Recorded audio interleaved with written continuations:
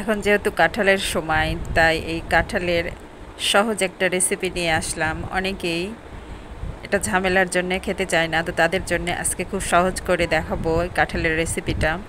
যেহেতু এটা কোটায় ঝামেলা, সেজন্য আমি কোটা থেকেই দেখাচ্ছি। এটা কোটার আগে একটু সরিষার তেল নিয়ে নেবেন হাতে, এবং বটিতে যেটা দিয়ে কাটবে দুইটা ভালো করে সরিষার তেলে ডুবিয়ে নিতে হবে, আর একটু রেখে দেবেন কিছুক্ষণ পর পর।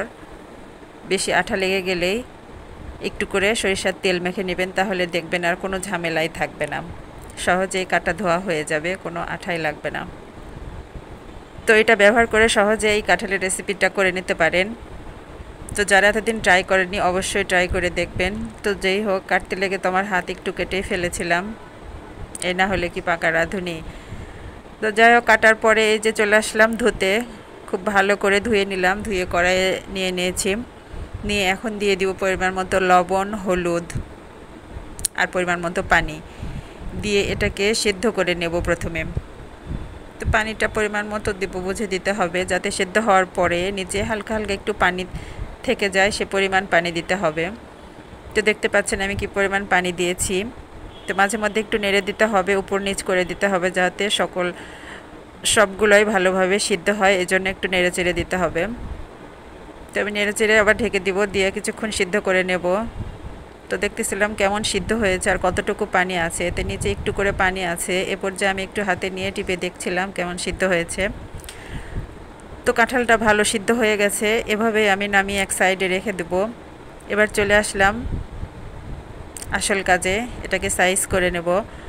তো তেল দিয়ে নিলাম, তেল গরম করে এখন দিয়ে দিলাম পেঁয়াজ কুচি, তারপরে একটা রসুন থেতো করে দিয়েছি, আস্ত জিরা দিয়েছি, আর দিব মরিচ ফালি। এর সাথে একটু সরিষার তেল অ্যাড করব।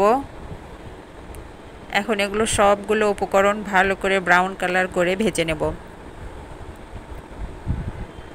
তো ভেজে নেওয়া হয়ে গেলে এখানে সিদ্ধ করে রাখা যে কাঁঠাল আছে সে কাঁঠালটা দিয়ে দিব, দিয়ে ভালো করে মিশিয়ে নেড়েচেড়ে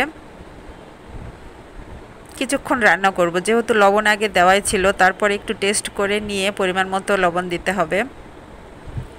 তো কিছুক্ষণ নেড়েচেড়ে ভাজলেই পানি শুকিয়ে আসলেই হয়ে যাবে। আর দেখতে হবে যখন ভাজিটা নিচে থেকে একটু লেগে লেগে যাবে তখন নামিয়ে নিতে হবে, তাহলে এর আসল স্বাদটা পাওয়া যাবে।